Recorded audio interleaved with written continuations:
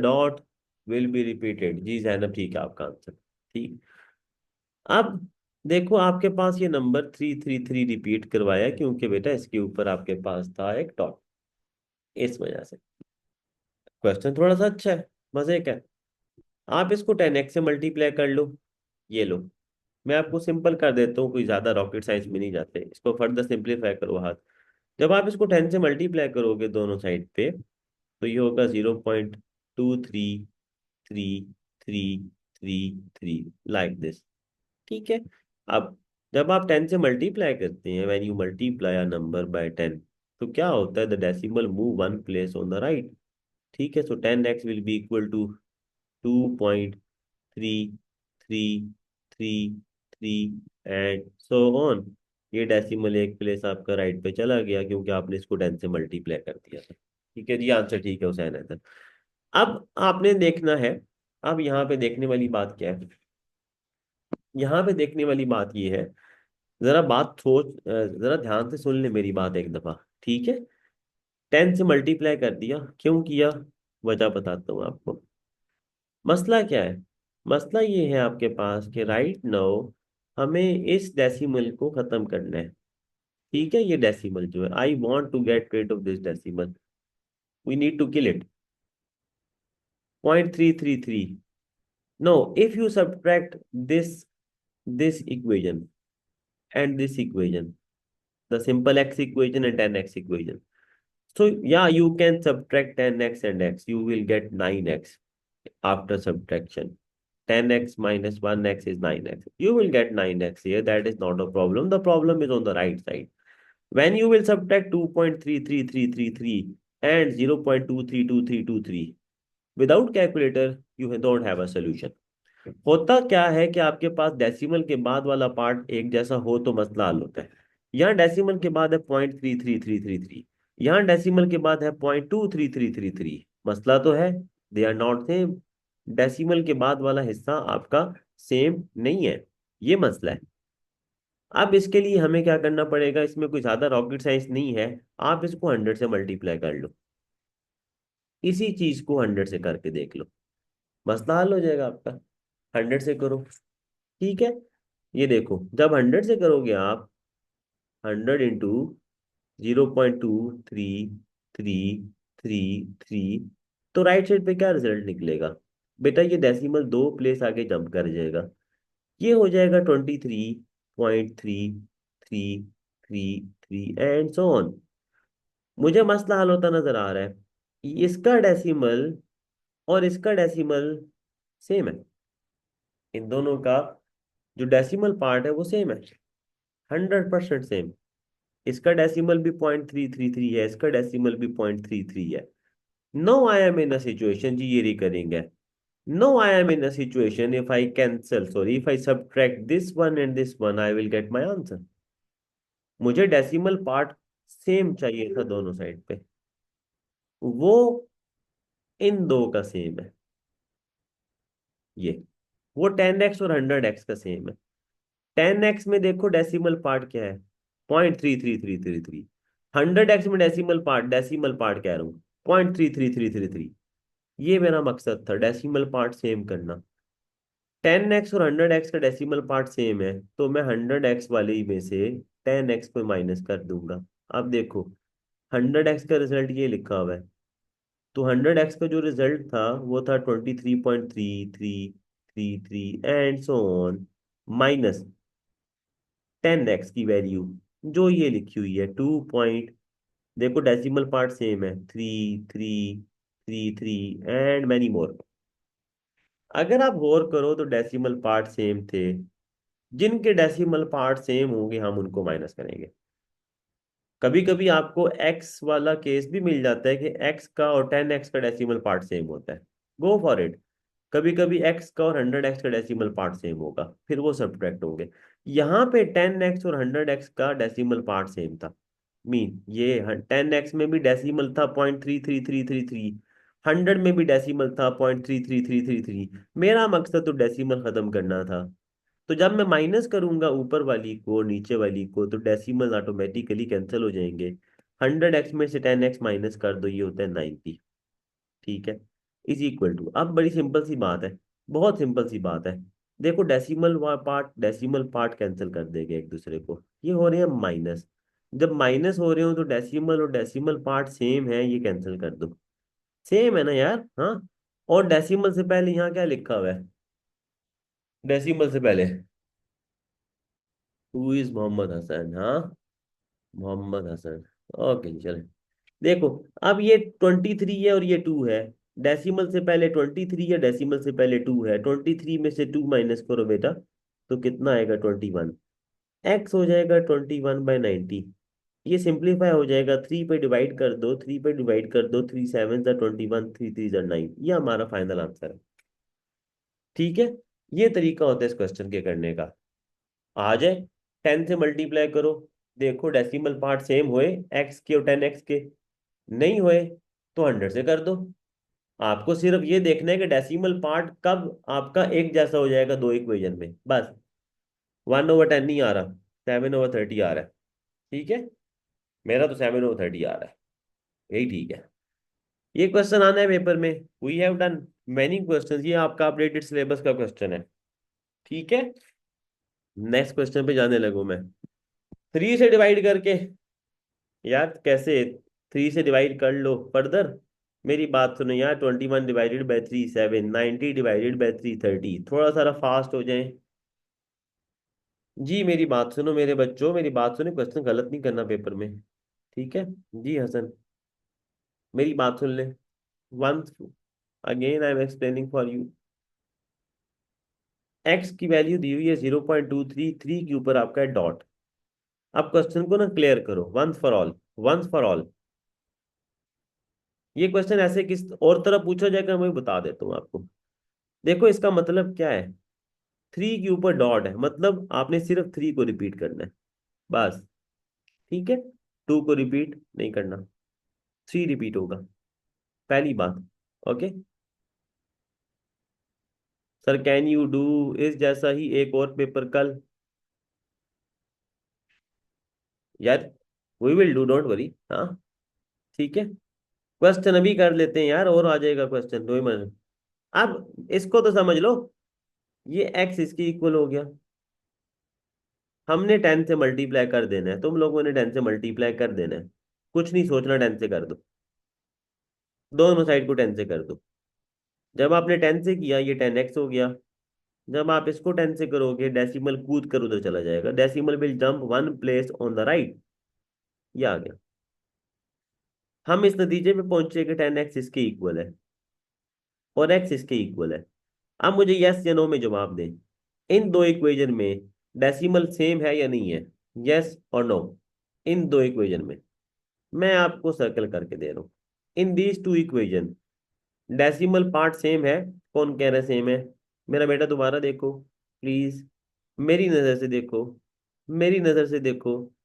बेटा ये 0.3333, वो 0.2333, सेम नहीं है बेटा। डेसिमल सेम होने चाहिए, मेरा मसला हल नहीं होगा तब तक जब तक डेसिमल वाला हिस्सा सेम नहीं होगा।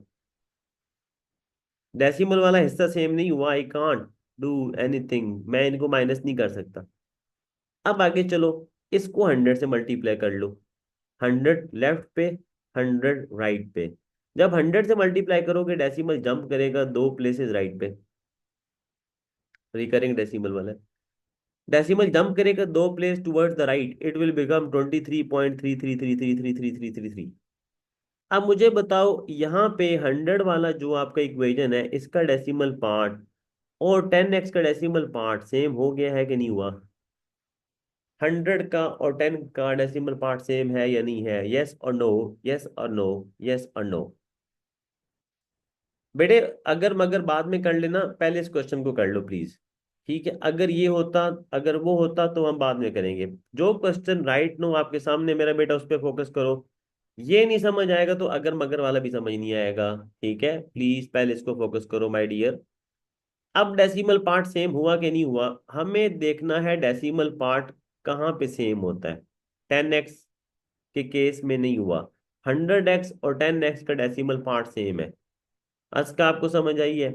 इन दो का डेसिमल पार्ट सेम है। जिन दो का डेसिमल पार्ट सेम है उनको माइनस करना है। अमूमन ये हो जाता है 10x पे ही हो जाता है। 100x कर लो अगर 10x पे डेसिमल सेम नहीं हुआ। अब देखो 10x का और 100x का डेसिमल वाला पार्ट सेम है, कोई फर्क नहीं है। 10x में भी डेसिमल पार्ट 0.333, 100 में भी डेसिमल पार्ट 0.333। ये सेम हो गया कि नहीं हुआ? सेम हो गया है। अब इन दोनों को माइनस कर लो जिनका डेसिमल पार्ट सेम है। 100x में से 10x माइनस करो, 90 हो जाएगा। और आप माइनस करो 2.33 फ्रॉम 23.33। ये देखो ये आपकी 100x की वैल्यू थी, this was the value of 100x, this was the value of 10x। ठीक है, लेफ्ट साइड पे आपको नजर भी आ रहा है 100x माइनस 10x। ये 100x की वैल्यू थी, उसमें से माइनस कर दो 10x की वैल्यू को। जब आप ऐसे करोगे तो डेसिमल पार्ट तो सेम था ही, वो कट जाएगा, same decimal part will be cancelled. बचेगा 23 और बचेगा 2। 23 में से 2 माइनस करो, हो जाएगा 21। ठीक है। अब बेटा ये 90 वहां जाके डिवाइड हो जाएगा और फिर इसको सिंप्लीफाई कर लो। ठीक है जी, इज दिस क्लियर? समझ आ गई ये बात? ये क्वेश्चन पेपर में आना है आपके। ओके, आएगा। एक तो पार्ट आएगा नॉन कैलकुलेटर में। आगे चले।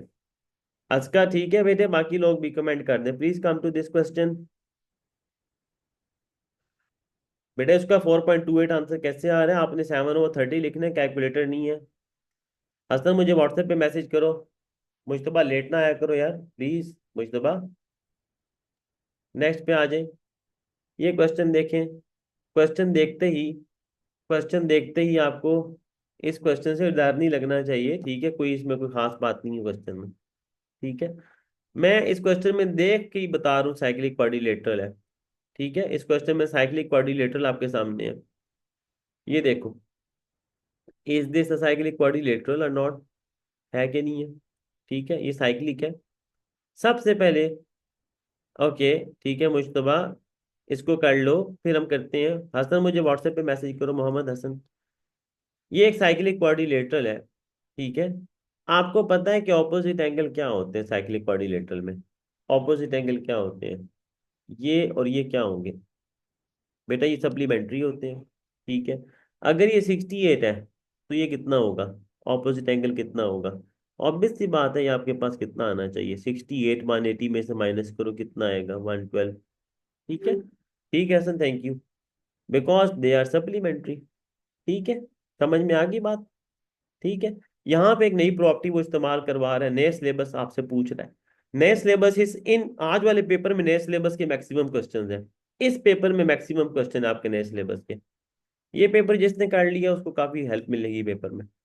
अब मेरी बात सुनो, ये एंगल कितना है ये कौन बताएगा? कौन बताएगा ये एंगल कितना है? 68 और 112। बेटा 68 के ऑपोजिट 112 होगा ना? ठीक है, 112, एक मिनट रुको, 112 68, हाँ तो ठीक है ना यार, इतना ही होगा। ये हिस्सा कितना है? ये, अब मुझे बताओ ये कैसे निकल रहा है? ये आपका एक सेमी सर्कल बन रहा है, बात को समझो। कोई नई चीज नहीं पूछी उसने, कोई नई चीज नहीं पूछी, टोटल 180 है। 180 में से आपके पास, ये पेपर आपको भेज देता हूँ। ठीक है हुसैन, 180 में से माइनस करो, 112 निकाल दो, 50 निकाल दो। बेटा मैंने आपको इतने पेपर्स करवाए हैं अपडेटेड सिलेबस पे, आपको याद हो जाना चाहिए अपडेटेड सिलेबस में क्या आना है। कितना आएगा जी? 18। 18, आई टॉकिंग अबाउट 18। ठीक है, अब ये 18 है। ठीक है, वापस जाते हैं इधर। उसने यहाँ क्वेश्चन को जरूर पढ़िएगा please. ABCD are points on circumference of a circle. ये साइक्लिक क्वाड्रिलेटरल की बात कर रहा है। ये साइक्लिक क्वाड्रिलेटरल है। ठीक है, ये देखो, ABCD are on the circumference. ठीक होगी बात? EF is tangent to the circle at C। EF,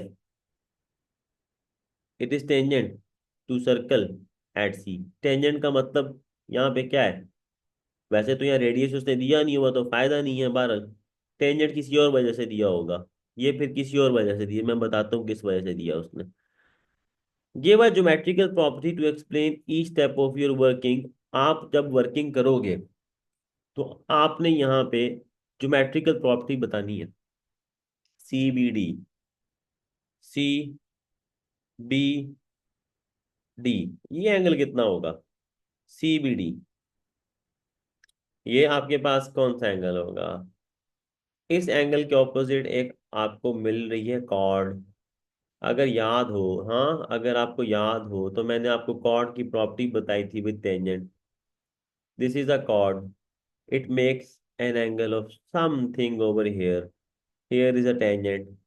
The tangent makes an angle of how much with the chord? The tangent makes an angle of 18 degree with the chord. This is your tangent. This is your chord. A chord is basically a line that joins two points on the circle. Beta, this is a chord. Beta, this is a tangent.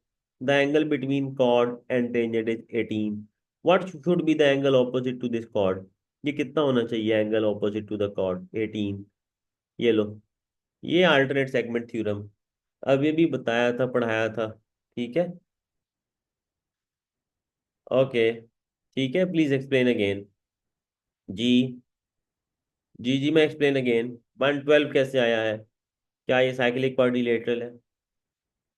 थोड़ा active हो, जो हमारे पास 6 दिन बचे हैं। 6 दिन। 6 दिन। ठीक है।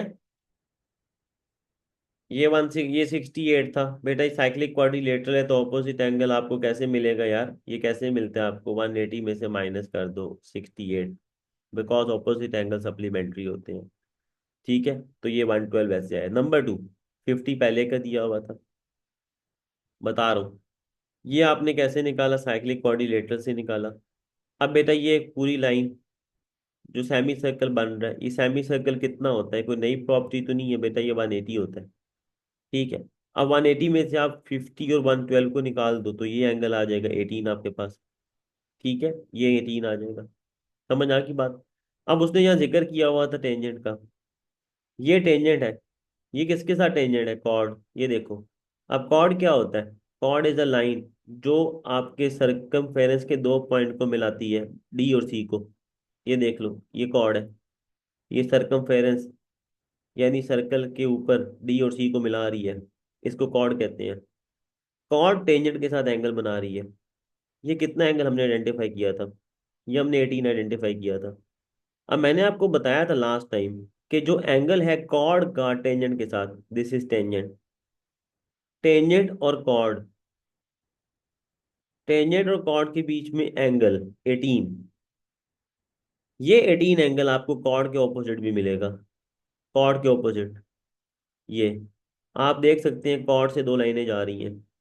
कॉर्ड से ही दो लाइनें जा रही हैं, तो ये एंगल कितना होगा? Angle opposite to chord is 18। This angle is equal to angle between chord and tangent. Chord और टेंजेंट का एंगल कॉर्ड के ऑपोजिट होगा। इतनी सी बात है। ठीक है। डी 150 क्यों होगा? डी ये वाला।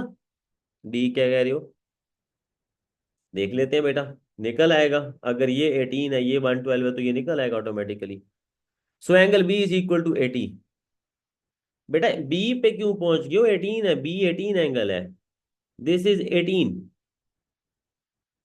सवाल है यार, वैसे है, बताओ, पूछो पूछो। सर अभी तो हमने 18 फाइंड कर लिया, तो इसलिए हमने वो कह दिया ना 18 है। पर हम उससे भी तो कर सकते हैं, जो 50 है ये इस वाली कॉर्ड के साथ बना रहा है, तो डी एंगल 50 हो जाएगा। इसका नहीं हो सकता? बेटा मेरी बात सुने। आपके पास ये कॉर्ड कहाँ है? ये जो कॉर्ड है, ये कॉर्ड, यस। इस कॉर्ड के साथ ये एंगल 50 है, मैं राइट? Yes sir. बेटा ये कॉर्ड का एंगल बना रही है? सर ये सामने यानी नहीं, 68 लिखी। 60 ना, नहीं बना रही। बी और सी से लाइन जानी चाहिए। क्या ये लाइन जो ए पे आ रही है बी और सी से आ रही है? 20 नहीं सर, 20 से आ रही है। अब मेरी बात सुनो, कॉर्ड का एंगल क्या होता है? कॉर्ड का एंगल ये होगा, अब देख लो। इसको कहते हैं कॉर्ड के ऑपोजिट एंगल। जो एंगल कॉर्ड बनाती है, वो एंगल जो बनता है वो आपकी कॉर्ड के एंड से। कॉर्ड का एंड कौन सा है? Please repeat. बी और सी। एम खाली। आई राइट? ठीक है। Yes sir. वो लाइनें बी और सी से निकालो ना। ये एंगल कॉर्ड का है। जो एंगल बन रहा है because of the lines from the coming from the chord, ये एंगल आपका इस कॉर्ड की वजह से, ये मैं मान लूंगा 50।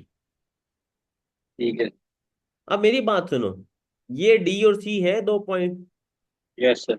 बेटा इन दो पॉइंट से ही लाइनें निकल रही है, एम राइट? जी सर, निकल रही है। ये कॉर्ड का एंगल होता है। Are you getting the point?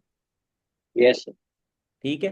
बेटा ये 68 कॉर्ड की वजह से नहीं है। व्हाट इज हैपनिंग हो गया आप लोगों को मेरे प्यारे प्यारे बच्चों? D will be 50। हाँ ये 50 होगा, ये दुरेश ठीक कह रहे हैं। अब ये देखो, ये 50 होना चाहिए। ये देखो मेरी बात सुनो, ये देख लो, एक और जगह भी अप्लाई कर लो। ये एंगल कितना है? ये 50 है। अब इस कॉर्ड से दो लाइनें मिल रही हैं कहाँ पे? ये देखो, तो ये कितना होगा? ये भी 50 होगा बेटा। ये कॉर्ड की प्रॉपर्टी है, ये कॉर्ड की प्रॉपर्टी है। बेटा 68 कौन था? समी मुझे बताओ मेरा बेटा, 68 कौन था? समी प्लीज क्लियर कंफ्यूजन, अपनी कंफ्यूजन क्लियर करें। समी, फिर 68 कौन सा होगा? ए वाला मेरा बेटा, ए वाला। ए वाला इस कॉर्ड की वजह से नहीं है। नो माय डियर, इस कॉर्ड की वजह से नहीं है। मैं आपको एक बात बता देता हूँ, कॉर्ड एंगल किस तरह बनाती है। एक दफा ध्यान से सुन लो, इस क्वेश्चन को गलत ना करना बेटा, प्लीज गलत ना करना बेटा। ये कॉर्ड है, जो लाइन सर्कल के दो पॉइंट्स को बेटा टच करती है, उसको कॉर्ड कहते हैं। ठीक है। अब बात बड़ी सिंपल है, इस कॉर्ड से दो लाइनें निकलेंगी तो एंगल बनेगा। वो दो लाइनें जो एंगल बना रही हैं, the two lines which are making an angle, these two lines must come from the end point of the chord, then this is the angle because of this chord. Try to understand. Diameter is a special chord. ठीक है, like I am a special teacher. Okay, every one is a teacher, I am a special kind of teacher. Every chord is not a diameter. Okay. मैं just kidding, ठीक है, example देने की कोशिश कर रहा था। तो बात ये है कि डायमीटर एक कॉर्ड होती है, लेकिन हर कॉर्ड डायमीटर नहीं होता, लेकिन डायमीटर कॉर्ड है। ठीक है। अब मैं बताता हूँ, ये बड़ा अच्छा क्वेश्चन है आपका, चलो इसका बड़ा अच्छा क्वेश्चन किया आपने। हमने ये प्रॉपर्टी भी पढ़ी हुई है। अच्छा आप मानते हैं ये कॉर्ड है? ये कॉर्ड है, इसको आप डायमीटर भी कहते हैं। This is a diameter, but this is a chord as well. मुझे कोई बता देगा ये एंगल कितना बनाती है सरकमफेरेंस पे? ये वाली कॉर्ड कितना एंगल बनाती है सरकमफेरेंस पे? Very good, 90 degree. Diameter makes an angle of 90 degree. अब पूछो जी, तो डायमीटर भी कॉर्ड है, वो 90 के एंगल बनाती है। हाँ जी। जी पूछे, जी प्लीज। जी, Mushtaba my dear, raise your hand.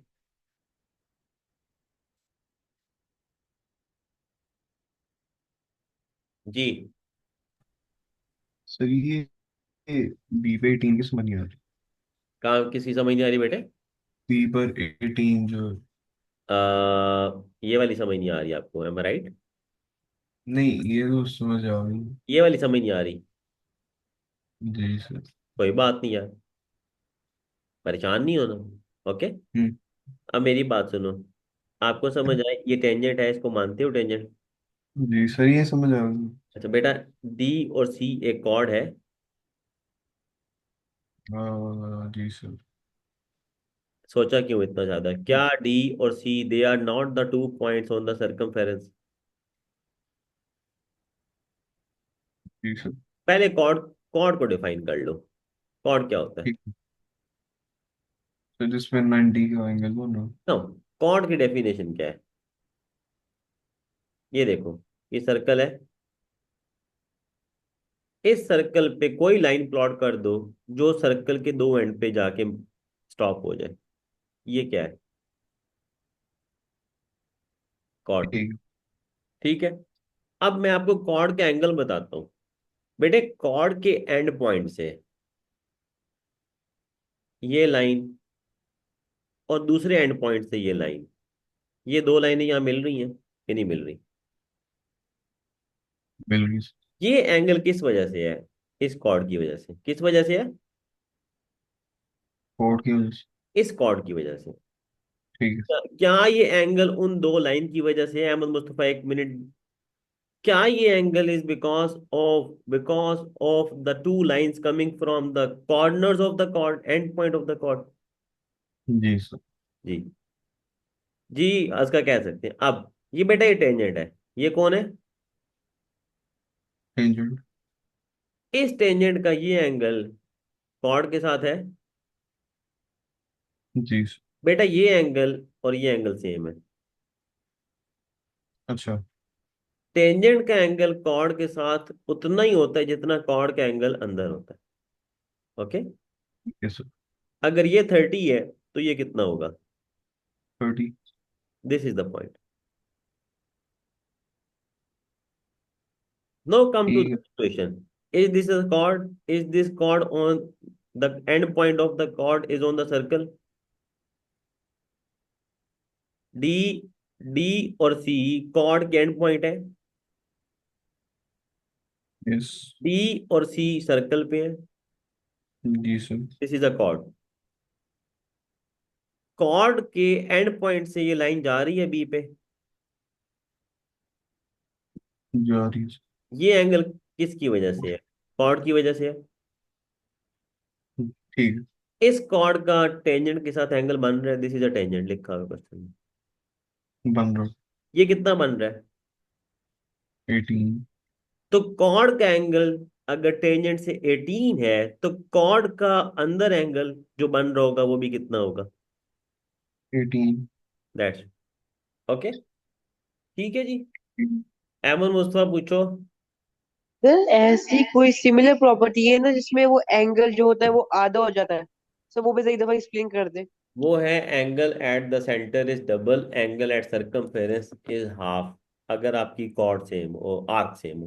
ठीक है, वो ये वाली है तो बेटा। आर्क सेम हो मतलब कॉर्ड सेम ना हो? कॉर्ड को छोड़ दो, हम आर्क पे आ जाते हैं। ये सेंटर है बेटा, this is an arc. Okay. So this arc makes an angle at circumference. So this angle is half, this angle is double. Okay, ठीक है ओके सर। जी। 15 मिनट तो सर हो इसमें गए। वो वाला रूल अप्लाई नहीं हो रहा, आधे एंगल वाला? बेटा वो कॉर्ड और आर्क में फर्क है ना। आर्क आपके पास सर्कमफेरेंस का पार्ट होता है। कॉर्ड जो है वो लाइन होती है जो सर्कल के अंदर से गुजर रही होती है और दो पॉइंट को ज्वाइन कर रही होती है। ओके, ठीक है। Okay sir. I know 15 minute हो गए हैं, लेकिन ये क्वेश्चन पहले भी मैंने करवाए हैं। आप लोगों की बातों को मैं इग्नोर नहीं करता। ठीक है, I just want to clear the situation, but please make sure थोड़ा सा आप लोग भी फास्ट हो जाए please. Okay, write this as a fraction in simplest form. आपको पता है 25 क्या होता है? 5 का स्क्वायर होता है। ठीक है, इसको आप 3/2 कर लो। ये आपका 2 और ये 2 कट जाएगा। 5 पावर 3 कितना हो जाएगा? उसने तो क्या फ्रैक्शन की फॉर्म में लिखो, ये माइनस तो नहीं है? ये माइनस है, माइनस है। माइनस है तो फिर कोई मसला नहीं है, इसको प्लस कर लेते हैं। Right it like this. नीचे जाके आपकी पावर प्लस हो जाएगी बेटा। ऊपर आपकी पावर माइनस थी, नीचे जाके आपकी पावर, ऑब्वियसली मैंने बताया हुआ ये चीज, आपको प्लस हो जाएगी। अब इसको कैसे लिखोगे? 25 इज 5 स्क्वेयर है। 25 5 स्क्वेयर है। अब आपको कैसे पता चलेगा आपको स्क्वेयर लिखना है? बेटा आपको इस चीज से पता चलता है, 3/2। इस 2 को कैंसिल करना है। Get rid of this 2। एम एन आई एम फाइन बेटा। No, 25 is 5 square. Please cancel this square and with this 2. ठीक है, you have 1/5 power 3. So 1/5 power 3 is 1 to 5. That's it. This is a fraction in the simplest form. ठीक है, okay, ठीक है, okay जी। ऊपर क्या लिखना था? ये लो, ये प्रॉपर्टी मैं बता चुका हूँ। आप यहाँ पे लिखें अल्टरनेट सेगमेंट थ्योरम,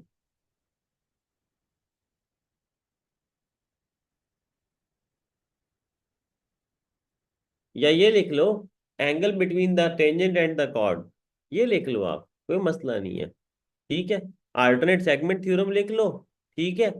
दूसरे नंबर पे कौन सी प्रॉपर्टी इस्तेमाल की थी आपने? ऊपर एक अल्टरनेट, इसको कहते हैं अल्टरनेट सेगमेंट थ्योरम। या आप ये भी लिख सकते हैं angle between the tangent and chord is equal to the angle formed by the chord. कोई मसला नहीं है। और साइक्लिक क्वाड्रिलेटरल इस्तेमाल की थी। ये लो ऊपर जो इसमें इस्तेमाल की थी वो लिख लो। ठीक है, और आप तीसरी प्रॉपर्टी कौन सी लिखी थी आपने? Angle on a straight line is 180। ये लें, इसमें से जो उसने मांगी है आप लिख दीजिएगा, मैंने तीनों लिख दिए। ठीक है, okay. Which question number is this? This is question number 16, this was 15। Next पे आ जाओ। आपको नजर आ रहा है एक पूरा वेन डायग्राम का क्वेश्चन है। फोकस रहिएगा, इधर उधर फोकस होगा तो काम खराब हो जाएगा। I am writing the elements of A. A में कौन से एलिमेंट्स आएंगे आपके पास? उसने यहाँ पे क्या डिफाइन किया है ए को? He says A is a number x and that number should be greater than or equal to 6, less than or equal to 10, and you have to pick a from the universal set. So all the numbers greater than or equal to 6, 7, 8, 9, 10, all of them will be part of a. See? Come towards B. What is B? How you recognize this? It is a factor of 18. Factor mean a number which divides 18. 1 is a factor of 18. 2, 3, 6, 9, 18. Then x is a square number. Don't forget to pick the number from the universal set. बेटा universal में से number निकालते हैं आप, ठीक है। इधर आ जाओ। Square number C, square number from the universal. Square कौन कौन है? 1 है, 4 है, 9 है, बस 1, 4, 9, ये लो यूनिवर्सल से लेना। हाँ जी, 18, हाँ ठीक है, वहां नहीं आएगा, यूनिवर्सल से लेना, ठीक है जी। ठीक है, तो 1 स्क्वायर में होगा। देखो 1 स्क्वायर 1 होता है, लिखो या ना लिखो फायदा नहीं है, स्क्वायर में नहीं लिखते वैसे। जैसे 4 एक स्क्वायर नंबर है तो 4 को हम 2 स्क्वायर नहीं लिखते, 4 लिखते हैं। ठीक है, आ जो डायग्राम के ऊपर। वो क्या कहता है? Complete the Venn diagram. Venn diagram को कंप्लीट करो। इसका स्ट्रेटजी है, स्ट्रेटजी ये है कि start from this part, start from the area which is common. The area which is common between A, between B, between C, start from here. What is the number which is common in A, B, and C? Let me see. 9 is in C, 9 is in B, 9 is in A, 9 should be here. ठीक है, first आपने लिख लिया। मेरी बात याद रखना, Venn diagram को कंप्लीट करने के लिए स्टार्ट करना होता है द कॉमन एरिया। अब now come towards the common between A and B. What is common between A and B? A और बी। 9 तो मैं लिख चुका हूँ, और क्या कॉमन है? 7, 2, 8, 9, नथिंग। हाँ, नन। 6, यार 6 है ना यार, ए और बी में 6 नजर आ रहा है। Isn't 3 a factor of 18? Factor of 18, 1, 2, 6, 9, 3। Okay, 3 है यार, बिल्कुल है। अब ए और बी में आपके पास क्या कॉमन है? 6 ए में भी है, 6 बी में भी है, 9 आप पहले ही लिख चुके हैं तो 6 लिख दो। ये लो 6 आ गया। What is common between B and C? Please look and tell. B और सी में क्या कॉमन है other than 9? I think 1। I can see 1। 1 is common between B and C. जी मुश्तबा, ठीक है, नेक्स्ट पे आ जाओ। अब आ जाओ, is there anything common between A and C? A and C कुछ कॉमन है? मुश्तबा हैंड रेज करो। No, nothing is common. Now after filling the common, 9 common नहीं होगा ए और बी के लिए। बेटा मेरी बात सुनो, 9 आपने लिख दिया है, 9 तीनों में कॉमन था। अब बड़ी सिंपल सी बात है कि ये 9 आपका तीनों में कॉमन है, तो ऑब्वियसली ए और बी में भी कॉमन होगा। हम इसको 2 दफा नहीं लिखते, आप ऑलरेडी लिख चुके हैं। बेटा this is the common area of A and B. इसमें आप 9 एंटर कर चुके हो, don't need to write it again. Okay, पहले वो एरिया फिल करना है जहाँ तीनों कॉमन है, फिर वो एरिया फिल करने हैं जहाँ 2 कॉमन है। अब आ जाओ ए पे। ए के सर्कल को शेड करो। ए में कौन कौन से एलिमेंट्स अभी तक आपने नहीं लिखे? आपने 6 लिख लिया, आपने 9 लिख लिया, 7, 8 और 10 अभी भी नहीं लिखा। अभी तक 7 8 और 10 आपने नहीं लिखा, वो यहाँ लिखो। ए में है ना 7 8 और 10। अब मेरा ए का सर्कल हुआ complete. A circle should represent all the elements in A, 6 7 8 9 10। B में आ जाओ, बी में आ जाए। Just a minute please, 1 minute.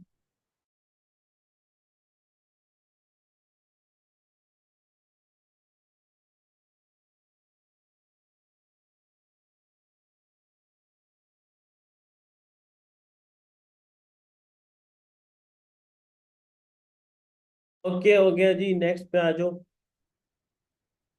Okay, थोड़ी स्पीड पे कंप्रोमाइज ना करो यार, स्पीड तेज रखो, समझो पेपर हॉल में बैठे हो। ये बी है। अगले सारे दिन पेपर हॉल सिचुएशन प्रोड्यूस करो। बी है। बी में 1 भी आ गया, कट कर दो। 9 भी आ गया, 6 भी आ गया, बचा 2 एंड 3, यहाँ लिखो 2 एंड 3। ठीक है, अब सी में आ जाओ। ये सी है। ठीक है, 1 और 9 आ चुका है, तो 4 आएगा यहाँ पे। ठीक है, अब देखो कोई ऐसा नंबर जो अभी भी यहाँ पे है और यहाँ नहीं है, 7 है, काट दो। इस तरह से पेपर में ना, मतलब अंडरस्टैंडिंग के लिए कटिंग ना करना, बस मैं आपको समझा रहा हूँ। 10 काटो, जो आ चुकी है काट दो। 2 जो आ चुका है काट दो। 3, ये लो। 1 1 1 1 1 1 काट दो। 9 कैंसिल। 4 जो थे मैंने कैंसिल कर दिए, कौन नहीं है? 5 11 और 12 अभी भी नहीं है। ठीक है बेटे, मॉक के रिजल्ट डेली शेयर कर रहा हूँ आपके साथ। कोई एक दो रह गए हैं तो मुझे टाइम दे दे, टेस्ट बहुत ज्यादा है। 5 11 12। ठीक है, द पर्पस, मेरी बात सुने, मैं अब आंसर की शेयर करूंगा आपके साथ। जो पर्पस है ना आपके इन लास्ट दिनों में, हर 2 दिन बाद मॉक लेने का, 3 दिन बाद, वो आपको है पेपर प्रैक्टिस में लेके आना। ठीक है, अगर कोई मॉक आजकल के दिनों में अनचेक रह जाता है तो I am already doing an apology. The reason is that कि टेकिंग क्लासेस, और आपकी अगले हफ्ते और 1 घंटा बढ़ जाना है क्लास का, 3 hours a day, and taking mock every second day और थर्ड डे, ह्यूमनली पॉसिबल नहीं है उसको चेक करना। मैं 24 घंटे काम कर रहा हूँ, आपके मॉक्स भी चेक करके रिटर्न कर रहा हूँ, आपकी क्लासेस भी ज्यादा कर रहा हूँ। मार्क्स की मैं ले लिया करें मेरे से, अपनी गलतियां खुद देख लें इस स्टेज पे प्लीज। इस स्टेज पे मैं पेपर से 4 5 दिन पहले की बात कर रहा हूँ, इससे पहले मैंने कभी ऐसा नहीं कहा, क्योंकि 4 5 दिन में मुझे पता है मेरा क्या हाल होना है। ठीक है, कोशिश पूरी करूंगा जितने रिटर्न कर सका। ठीक है जी, ये आपका आंसर है। Okay, consider me a human as well please. ठीक है, आपकी तरह मैं भी एक इंसान हूँ। ठीक है प्लीज, इधर देखो। ये देखो जी, और मेरा हक बनता है आप मुझे अच्छे नंबर दें। ये आप, अगर आप मुझे नंबर नहीं देंगे तो मेरी आपसे नाराजगी होगी। ठीक है, number of elements in A intersection C intersection B. A intersection B intersection C, कहाँ पे है? ए इंटरसेक्शन सी इंटरसेक्शन, यार ये बी कंप्लीमेंट है। ये देखो ना, ये बी कंप्लीमेंट है। मतलब ए और सी का कॉमन हिस्सा आउटसाइड बी। बी कंप्लीमेंट का मतलब है आउटसाइड बी। Very good. ठीक है, वेरी गुड अब्दुल्ला। ताऊ ठीक है। बेटे बी के बाहर, बी कंप्लीमेंट का मतलब है बी से बाहर निकल जाओ। बाहर निकलो बी से, and go in A and C common part, this is common. बड़ी सिंपल सी इंटरप्रिटेशन है, अक्लमंद हो आप सब, ma'am, I trust you people. B complement का मतलब है आउटसाइड बी। आउटसाइड बी कहाँ पे? ए और सी में। ये देखो, आउटसाइड बी, ये बी है। गो आउट, बाहर निकलो यहां से, यहां नहीं जा सकते। नो, आउटसाइड बी, ए और सी वाला कॉमन हिस्सा, this is the answer. This is the common part of A and C outside B, this is intersection. ये इंटरसेक्शन है ए और सी का। और ये बी कंप्लीमेंट में भी आता है, बी कंप्लीमेंट का मतलब आउटसाइड बी। यहाँ पे तो कुछ नहीं है, तो नंबर ऑफ एलिमेंट्स कितने होंगे? 9, 0, नन। उसने नंबर ऑफ एलिमेंट्स पूछे थे। ठीक है, हाँ जी, नेक्स्ट पे आ जाओ। ये क्वेश्चन आपको मैं करवा करवा के थक गई हूँ, आप भी थक गए होगे कर करके। I am mean hopeful. अच्छा, the time some students take to travel to school one morning are shown. ठीक है, अगर उसने नंबर ऑफ एलिमेंट्स ना पूछे होते तो भी जीरो लिखते। यार लिख दो जीरो, जीरो जीरो होता है, इंग्लिश में लिखो या मैथमेटिकली लिखो, इसका मतलब क्या है? Number of elements. अगर मैंने बताना है कि कोई एलिमेंट नहीं है तो मैं कैसे लिखूंगा? If he is asking number of elements so there is no element, so what should I do? Zero, zero, बस, कोई भी नहीं है। किस तरह का जीरो? या तुम इस तरह लिख लो, कोई मसला नहीं है, ही वॉन्ट माइंड। ठीक है। जी, I just did a question in which the table was not made but the graph was। या आप कम्युलेटिव फ्रीक्वेंसी की बात कर रहे होगे, कम्युलेटिव फ्रीक्वेंसी में आता है इस तरह का। जी गुलाम अब्बास। जी बेटा। गुलाम अब्बास मुझे जरा मैसेज करो, चैट बॉक्स में नहीं, व्हाट्सएप पे मुझे भेज दो बेटे, मैं करवा दूंगा। फ्रीक्वेंसी डेंसिटी का क्वेश्चन आ सकता है, बिल्कुल आ सकता है, मैं भी उसका भी आपको हिंट बता देता हूँ। यहाँ पे इधर आ जाए जी, मुश्तबा आप पूछो। समझ नहीं आई मुश्तबा? क्या समझ नहीं आई? प्लीज टेल मी, जल्दी करो बेटा। जी, जीरो कैसे आया है? यार मुझे इतना बता दो, व्हाट इज दिस सेक्शन, ये सेक्शन कौन सा है? ए इंटरसेक्शन सी का मतलब कौन सा है? कॉमन एरिया ऑफ, ये इसका मतलब क्या है? Common area of A and C and B complement, यही मतलब है इसका।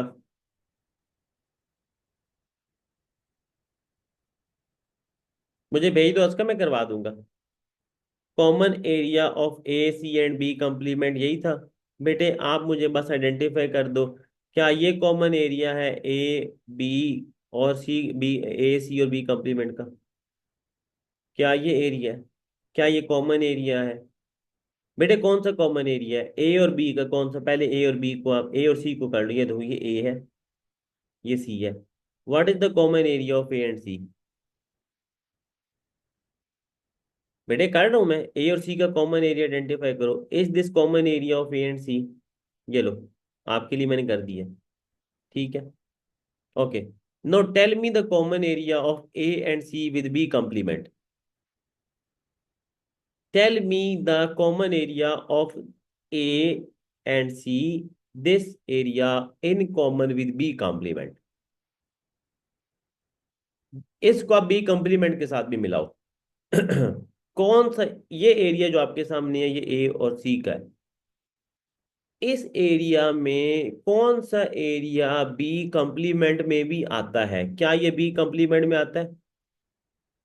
ये बी कंप्लीमेंट में आता है? नो। क्या ये बी कंप्लीमेंट में आता है? यस। बेटा ये वाला एरिया ए में भी है, ये वाला एरिया सी में भी है, ये वाला एरिया बी कंप्लीमेंट में भी है, ये एरिया ए में भी है, सी में भी है, बी कंप्लीमेंट में भी है। बेटा ये तो ठीक है ना, ये बी कंप्लीमेंट में है, ए में है, सी में है। बेटा इस एरिया में कितने एलिमेंट्स हैं? ठीक है जी, बात समझ आ गई आपको कि नहीं? मेरी एक बात सुनो आप लोग, मेरी एक बात सुन लें आप सब। आप लोगों का इस वक्त मसला तैयारी का नहीं है, मैं आपको पहले बोल चुका हूँ। इस स्टेज पे इस बात को बिलीव करना कि जी पास होंगे कि नहीं होंगे, मैं समझता हूँ कि अगर आप ये सोच रहे हैं तो आपको मैं बिल्कुल सपोर्ट नहीं करूंगा इस सोच के ऊपर। No, right no you should think कि हमें कितने नंबर मैक्सिमम लेने हैं, और उसके लिए आप लोगों को मैं बता रहा हूं, आपने जितने क्वेश्चंस कर लिए हैं पेपर में, अब अगर आप लोग अपने दिमाग को ठीक तरीके से चला लो, मैनेज कर लो अपने कॉन्सेप्ट्स अच्छी तरीके से, आई एम गारंटिंग यू कि one of you can score a distinction. Last year my student Abdullah Shaikh, class में बच्चे भी बैठे उस class fellow, he escape distinction for the sake of 1 or 2 marks। He got 191 out of 200 in maths. And let me tell you कि उसने आपसे कम काम किया था, अच्छा स्टूडेंट था, बहुत मेहनती था, आपसे कम काम किया था। क्वेश्चन पे आ जाए। And in this group I can see the people who can do this.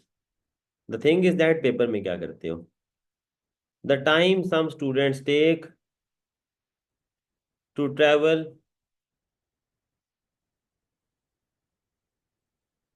बेटे उसके 191 मार्क्स थे, ठीक है।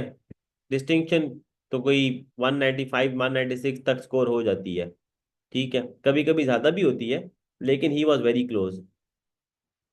The times some student take to travel school one morning are shown in the table. मेरे पास उसके मार्क्स भी पड़े, लास्ट एक कैमरे ने रिलीज किए थे मार्क्स, इस साल भी करेंगे कैमरे रिलीज मार्क्स, आपके मार्क्स भी हमें मिल जाते हैं अब। ये आपके पास टाइम है, क्वेश्चन कर लो, फिर नमाज का ब्रेक करना, अच्छा क्वेश्चन है, ठीक है। अपना अटेंशन प्लीज। जी आ सकती है, बिल्कुल आ सकती है गुलाम अब्बास, मैंने तुम्हें कभी नहीं ऐसी बात की। आप में से हर उस बच्चे की डिस्टिंक्शन आ सकती है जो सीरियस हैं, जिन्होंने मेरी लेक्चर ध्यान से सुने हैं, और जो इस बात पे बिलीव रखते हैं कि हमें आगे कुछ करना है। फ्रीक्वेंसी दी हुई है, एक्स, 16, 29, 20 एंड 15।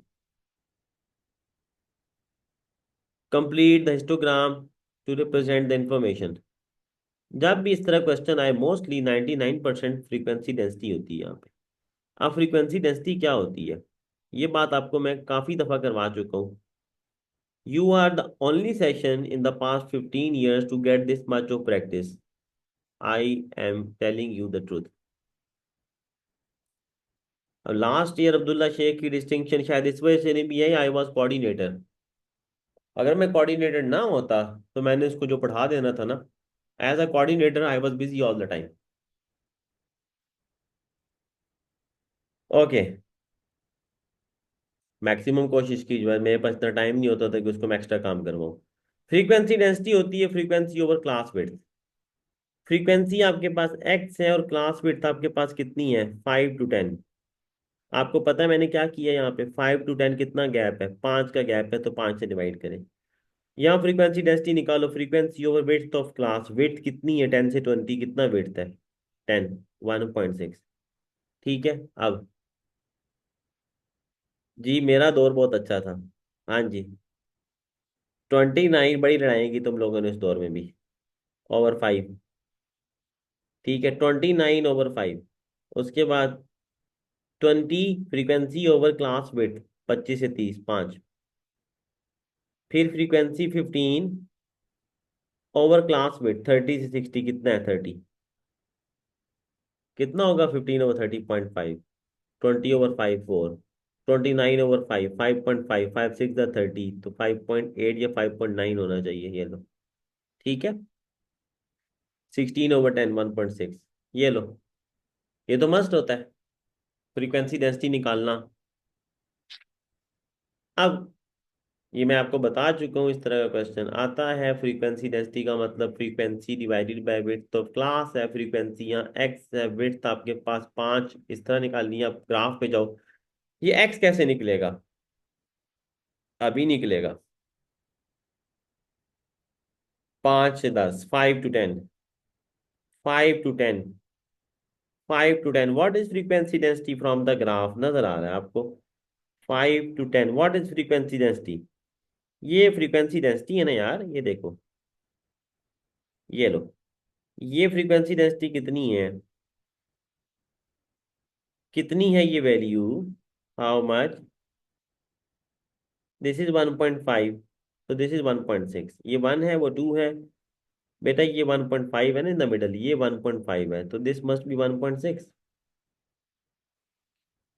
अब बात बहुत सिंपल है, frequency density I 1.6, this frequency density is belonging to 5 to 10 interval.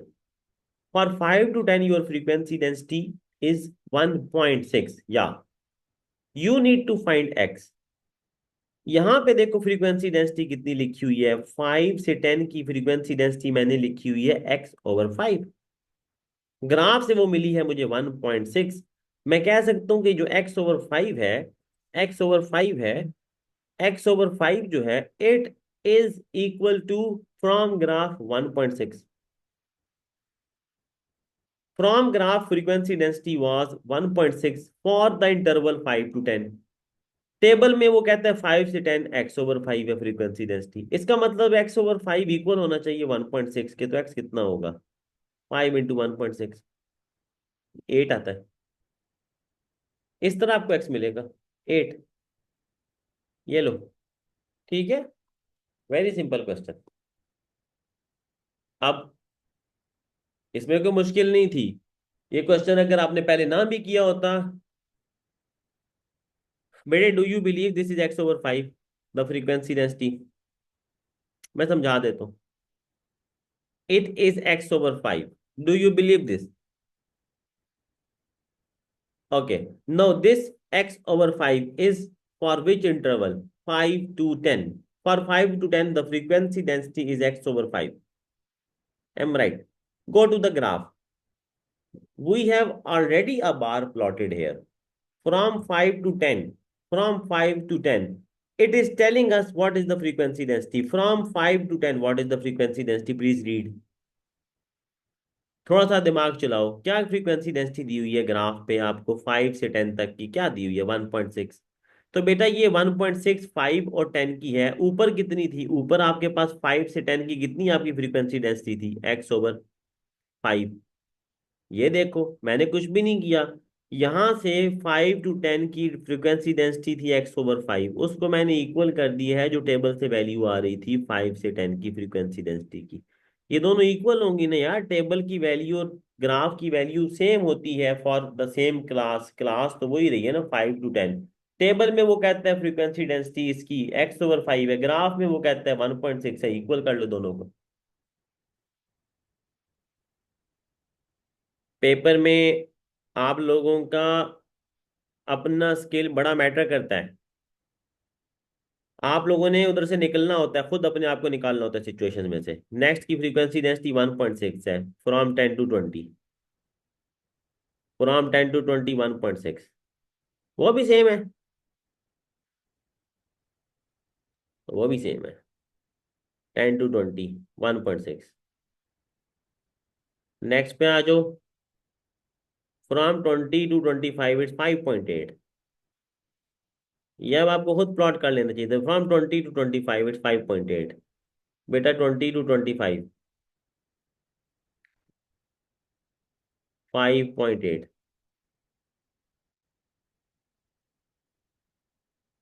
5.8, बस ये सही लोकेट कर लेना पेपर में। ये लो, फ्रॉम 20 to 25, इसमें कोई मुश्किल बात नहीं है।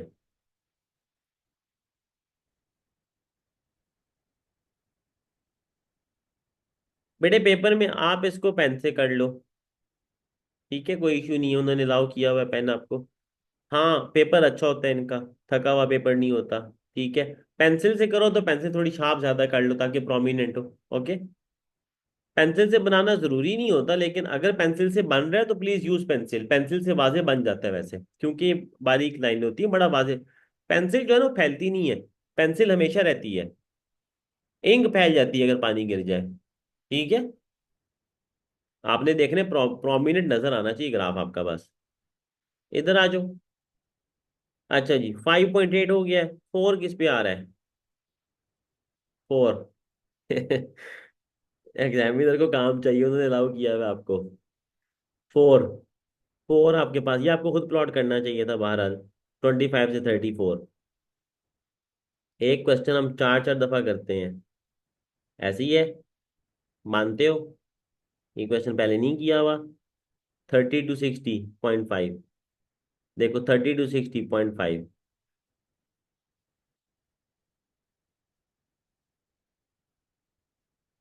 0.5। ये लो, ये आपका ग्राफ बन गया जी। ठीक है, क्या जवाब चाहिए तुम्हें मेरे से? जी हसनैन, हसनैन। ऐसे डाटा में क्लास विड्थ में एवरेज नहीं लेते मेरा बेटा, वो तब लेते हैं जब आपको frequency cumulative frequency distribution plot करना होता है। ठीक है, ओके, ठीक है जी। समझ आइए बात की, हिस्टोग्राम में ऐसे नहीं करते, नो। यूजली कम्युलेटिव फ्रीक्वेंसी में भी लास्ट वाली वैल्यू लेते हैं, एंड वाली। ठीक है, वो आप मीन की बात कर रहे होगे, मीन में आप मिडल वैल्यू लेते हो। इधर आ जाओ बेटे, प्लॉटिंग इज रिक्वायर्ड, ये भी रिक्वायर्ड है। जमीला सेज, बात सुन लो, बात सुन लो जमीला की। Jamila says histogram shows there are same number of students in this. वो कहती हैं कि, अब ये अच्छा क्वेश्चन है, very good question, very good question. Jamila says histogram shows that there are same number of students in 5 to 10 group and 10 to 20 group। देखो जब बात होती है नंबर ऑफ स्टूडेंट्स की, अच्छा क्वेश्चन है, प्लीज देखो नंबर ऑफ स्टूडेंट्स की, ये पेपर बहुत अच्छा है। नंबर ऑफ स्टूडेंट्स का मतलब होता है फ्रीक्वेंसी, याद रखना। अब बात सेम है, फ्रीक्वेंसी डेंसिटी को छोड़ दो, फ्रीक्वेंसी डेंसिटी फ्रीक्वेंसी सेम नहीं होता, छोड़ दो उसको। 5 से 10 के ग्रुप में जो बच्चे हैं और 10 से 20 के ग्रुप में जो बच्चे हैं, वो कहते हैं वो एक जैसे हैं, एक जितने हैं, उनकी तादाद एक जितनी है, same number of students. Explain why she is wrong, check करते हैं। 5 to 10, बेटा 5 to 10, बेटा इसका एरिया निकाल दो मुझे प्लीज। इसका एरिया आपको फ्रीक्वेंसी दे देगा। अगर आपको मालूम करना है 5 से 10 में कितने बच्चे हैं, इसका एरिया निकाल दो। एरिया क्या, इसका एरिया क्या आएगा, इसका एरिया, बेस कितना है इसका, बेस कितना है 10, हाइट कितना है इसका 1.6, ये लो कितना आएगा इसका एरिया 8। बेटा दूसरे वाले यही फ्रीक्वेंसी है, area of frequency density graph is your frequency. बेटा ग्रीन वाले का 10 से 20 का कितना एरिया वो नजर आ रहा है, उसका एरिया ज्यादा है। ठीक है बेटे, फ्रीक्वेंसी गिवन है, एक मिनट मुझे एरिया निकाल लेने दो बेटा। ठीक कह रहे हो आप, गिवन है। 10 से 20 का कितना आ रहा है, बेस आपके पास 10 है, हाइट आपके पास 1.6 है, 16। ठीक है वापस आ जाओ बेटा, यहाँ फ्रीक्वेंसी हमने निकाली थी 8, इधर 16, आप रेफर कर सकते हो, लेकिन वापस आओ क्वेश्चन पे। बेटा वो किसकी बात कर रही है, वो कह रहे हिस्टोग्राम शो करता है, टेबल शो नहीं करता। टेबल तो कर रहा है शो, टेबल तो कर रहा है, टेबल तो बता रहा है 5 से 10 में बचा कम है, 10 से 20 में बचा ज्यादा है। अब मैं एक बात बताऊं आपको, यहाँ पे होती है गलती। आप ठीक हो अपनी जगह, आप यहाँ लिखोगे शी इज रॉन्ग, मतलब गलत क्या लिखोगे, शी इज रॉन्ग। आप यह लिखोगे बिकॉज फ्रॉम टेबल, ये बात होगी गलत, ये हो गया गलत क्वेश्चन। उसने तो टेबल को कहा ही नहीं, बोला ही नहीं वो टेबल के बारे में। आपने एक नंबर लूज करवा दिया, पेपर से बाहर आए। आपने कहा मेरा पेपर बहुत अच्छा हुआ है, सारे क्वेश्चन आते थे मुझे। आपको पता ही नहीं आप गलत करके आ गए हो। क्यों गलत हुआ, गलत इसलिए हुआ, all this mark for one working, जी बिल्कुल, मेहनत करने के लिए नंबर चाहिए होते हैं, ये मैं आपको करवा रहा हूँ, वरना आपको नजर आ रहा है एरिया। आप डायरेक्ट लिख सकते हो from the graph, area of 5 to 10 is less, area of 10 to 20 is more, hence their frequencies are not equal. आपको कुछ करना ही नहीं है, आपने सिर्फ एरिया पे कमेंट करना है। जिसका एरिया कम होता है उसकी फ्रीक्वेंसी कम होती है, जिसका एरिया ज्यादा है उसकी फ्रीक्वेंसी ज्यादा है। ठीक है, Y she is wrong, area of both intervals is not equal। ये लो, ये आंसर था इसका। अगर आप यहाँ लिखते हो फ्रॉम टेबल, वो गलत होगा। आपने तो you have to comment after watching histogram, you have to see histogram, you have to see the area. You got it, इस तरह नंबर लूज होते हैं, और मुझे पता है कि नंबर इस तरह लूज अच्छे अच्छे बच्चे कर जाते हैं। ठीक है जी, ये कल हो गया था क्वेश्चन। ठीक है, इंटरवल इज व्हाट, बेटा ये क्या है, एक इंटरवल आपका मूवी में होता है, एक इंटरवल हमारी क्लास में है, एक इंटरवल बेटा ये है, ये 5 से 10 एक इंटरवल है, इसमें 5 का गैप है। बेटा 10 से 20 एक इंटरवल है, इसमें 10 का गैप है। ठीक है जी, ओके, नमाज पढ़ लें। ये हमने कल कर लिया था, एक दफ़ा दोबारा एक्सप्लेन करूंगा ताकि आपको दिल को सुकून मिले, और फिर इसको करेंगे कंटिन्यू। जी मुश्तबा, आप और पूछो क्वेश्चन। जी मुश्तबा जल्दी क्वेश्चन किया कर यार। You have a question my dear Mushtaba. हैं? मुश्तबा, अब तो दुनिया तुम्हें जानती है। इस क्लास में एक मुश्तबा हुआ करता था, है जी। फिजिक्स, केमिस्ट्री या मैथ के 5 पेपर चेक करवाने की जरूरत होती है टीचर्स को।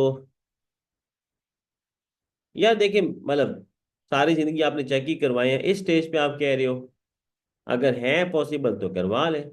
ठीक है, पता चल जाएगा। बेसिकली तो ये ना, गलत क्वेश्चन जो हो रहा है, गलत क्वेश्चन आपने ठीक करना है।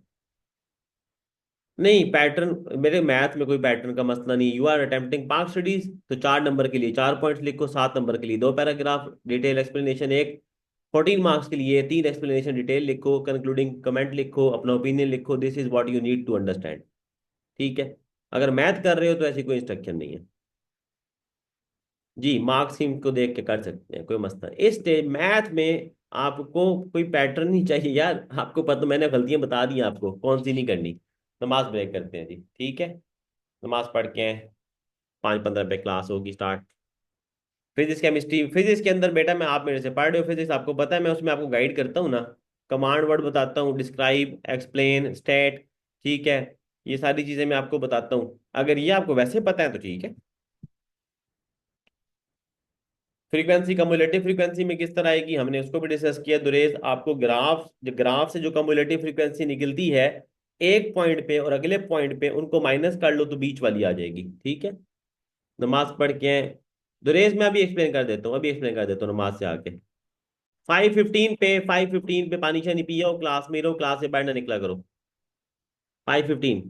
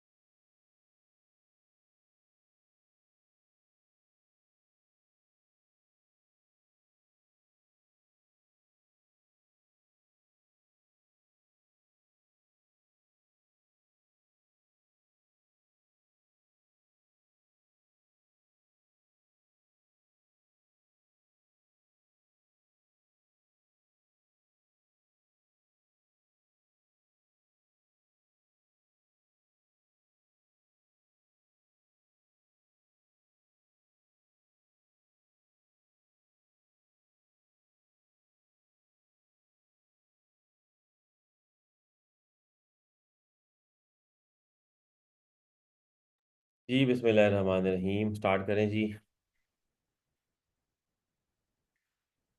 रेडी हैं? Okay great.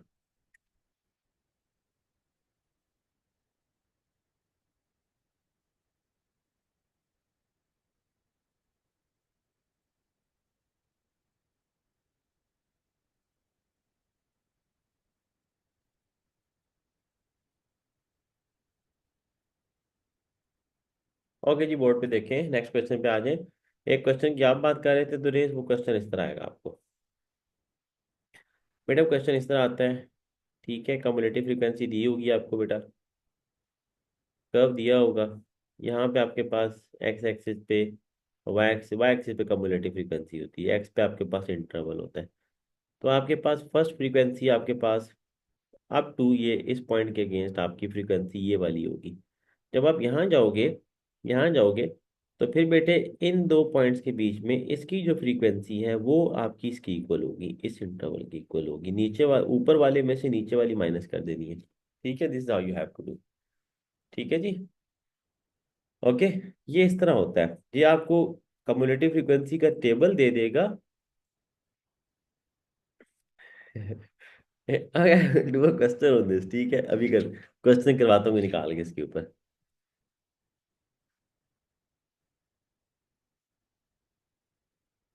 Filling the table, इधर आओ, इसको देखो। दोबारा एक्सप्लेन कर रहा हूँ। एसिम्प्टोट का कॉन्सेप्ट कल मैंने एक्सप्लेन किया था। पहले तो इस क्वेश्चन नंबर 1 पार्ट ए को देखें। वो कहता है डायग्राम शोज अ ग्राफ, ठीक है। The graph crosses y axis at point A, y axis at point A, find the coordinates of point A के कोऑर्डिनेट्स आपने बताने हैं। आप वाई एक्सिस को क्रॉस कर रहे हो। जब आप वाई एक्सिस को क्रॉस कर रहे होते हैं, इस पॉइंट पे एक्स क्या होगा?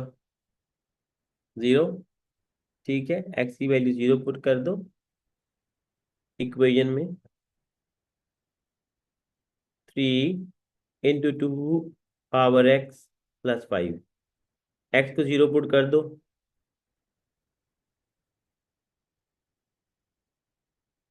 तो बेटा क्या आंसर आएगा आपके पास? बेटा 2 ⁻0 1 होता है, 8, ठीक है। जब एक्स 0 है तो वाई 8 है। ओके, हाँ, नो, या when x is 0 y is 8। Okay, देखो मेरी बात सुनो, 2 ⁻0 1 होता है, ये गड़बड़ नहीं करनी। किसी भी नंबर की जो पावर 0 होती है 1 की इक्वल होती है जी। सर ये जो कल जब आप पढ़ा रहे थे तो आपने बताया था ना कि अगर जिस तरह यहाँ +5 है, तो वो आपने बताया था कि लाइन वहां से पास करेगी और तो उसका एसिम्प्टोट हो जाता है, उसके ऊपर से ऊपर या नीचे से लाइन पास करेगी, तो हम ये नहीं लिखेंगे 5 होगा? वो अगला पार्ट है, वो है एसिम्प्टोट। सही है। ये तो दूसरा क्वेश्चन है। सर तो अगर इस तरह यहाँ जिस तरह यहाँ +5 लिखा हुआ है, तो इसका मतलब है कि लाइन जो है वो इस लाइन के पैरेलल आ गई है, इस पॉइंट के, y = 5। नहीं, मेरी बात सुन लो यार, मेरी बात सुने। आपको सिंपल एक बात बताई हुई है, graph crosses y axis. Yes sir. Y axis पे एक्स क्या होता है? तो y से x 0 होता है। चीजों को कॉम्प्लिकेट क्यों करते हैं? जब वाई एक्सिस पे एक्स 0 है तो यहाँ एक्स की यस, जगह क्या आएगा? 0। ये आपके पास 2 की पावर 0 बन गई। जी सर। किसी भी नंबर की जो पावर 0 होती है वो 1 होती है। Yes sir. 3 × 1 = 3 + 5 कितना होता है? सर 8। एक्स 0 है तो वाई की वैल्यू क्या निकली फ्रॉम दिस इक्वेशन? 8 सर। जी ठीक है। बेटे, ठीक है अब्बास। बेटा मेरी बात सुनो, ये बात हम पहले भी कर चुके हैं। आपको अगर याद नहीं है दोबारा याद कर लो बेटा। जब वाई एक्सिस पे एक्स 0 होता है, ये पॉइंट लिख लो बेटे। वाई एक्सिस के ऊपर एक्स 0 होता है बेटा, एक्स एक्सिस के ऊपर वाई 0 होता है। प्लीज नोट दिस डाउन, ठीक है। अब अगली बात पे आ जाए, एसिम्पटोट पे आ जाए। मैंने आपको कल एक ग्राफ बताया था, दिखाया भी था, शेयर भी किया था। ये याद करो, इसको याद करना है।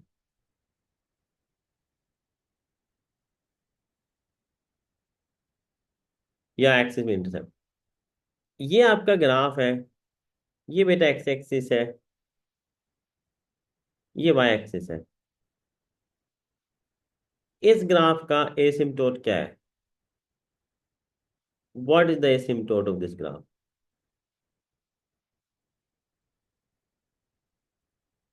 एक्स एक्सिस, जिस लाइन के साथ पैरेलल ये चल रहा है, किस लाइन के पैरेलल चल रहा है? ये ग्राफ ऑफ एक्सपोनेंशियल फंक्शन होता है। This is along x axis. जी मुश्तबा, पूछें।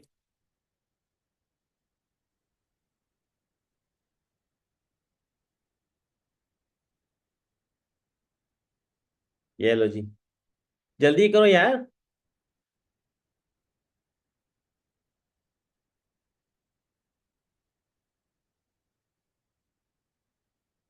Zaryan didn't get your question, please be clear.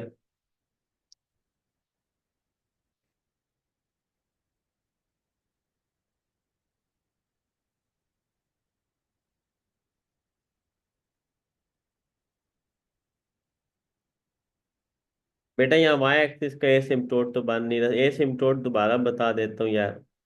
मैंने आपको एक सिंपल सी बात की है, asymptote is not a formula, asymptote is not a theory, asymptote is a concept.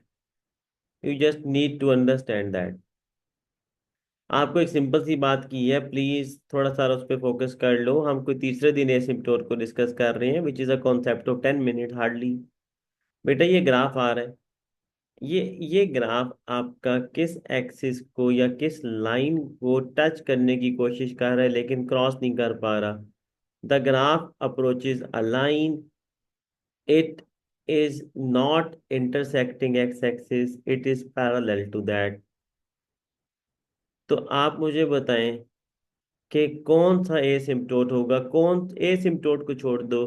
ये ग्राफ किस लाइन को टच करने की कोशिश कर रहा है या उसके पैरेलल है, बाकी भी छोड़ दो। किस लाइन के पैरेलल है ये ग्राफ? Just tell me that line, बस। जिसके पैरेलल आपका ग्राफ होगा वो उसका एसिम्पटोट है। ठीक है जी। एक बात, एक और बना लो।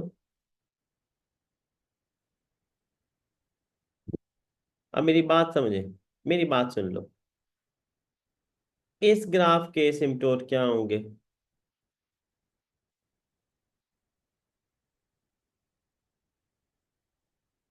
इस ग्राफ के एसिम्पटोट क्या होंगे? X axis and y axis. ठीक है। अब कम टू दिस क्वेश्चन। इस पे मैं आपको ना कल एक वर्कशीट करवाता हूँ,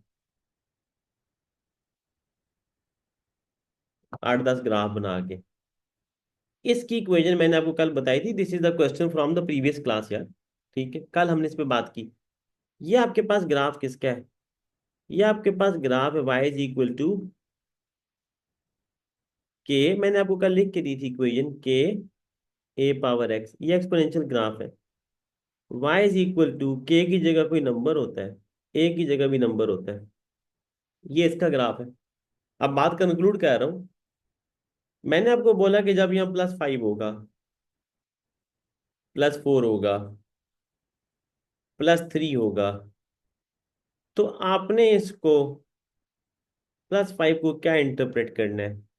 अभी अगर मैं 5 ना लिखूं तो इस ग्राफ का जो एसिम्पटोट है एक्सपोनेंशियल, एक्सपोनेंशियल पता चलता है आपको यहां से, एक्स आपके पास पावर में होगा, आपका एक्स पावर में है, it is in power, this is exponential. इसमें कुछ ऐड नहीं हो रहा, कुछ सब्ट्रैक्ट नहीं हो रहा, कुछ ऐड कुछ सब्ट्रैक्ट नहीं हो रहा। इस फॉर्म में जब इसमें कुछ ऐड सब्ट्रैक्ट नहीं हो रहा, इसका एसिम्पटोट हमेशा एक्स एक्सिस होगा। अगर आप इसमें if you add 5, if you add 5, आप क्या कर रहे हैं? 5 ऐड करने का मतलब ये है कि आप, ये 5 ऐड होने का मतलब ये है कि आप वाई को या वाई एक्सिस में शिफ्ट कर रहे हो अपने आप को। एक्स एक्सिस को आप ऊपर लेके जा रहे हो, कितना? 5 यूनिट्स। यानी ये जो आपका एक्सिस था, ये पूरे का पूरा आप उठा के यहाँ पे फेंक दोगे। अब आपके पास न्यू एक्स एक्सिस ये है, ये न्यू एक्स एक्सिस है। बस इमेजिन करो, और आपका ग्राफ इसी तरह ऊपर चला गया ऐसे। आपने सिर्फ ग्राफ को शिफ्ट किया है, स्ट्रेट नहीं है बेटा। आपने ग्राफ को 5 पॉइंट ऊपर शिफ्ट कर दिया है, बस ये कॉन्सेप्ट है। Why did it become straight? It didn't become straight. कब स्ट्रेट हुआ मेरे भाई? मैंने आपके एक्स एक्सिस को उठा के 5 पॉइंट ऊपर फेंक दिया है, इसका ये मतलब है। और आपका ग्राफ उसी तरह रहेगा। ये लो।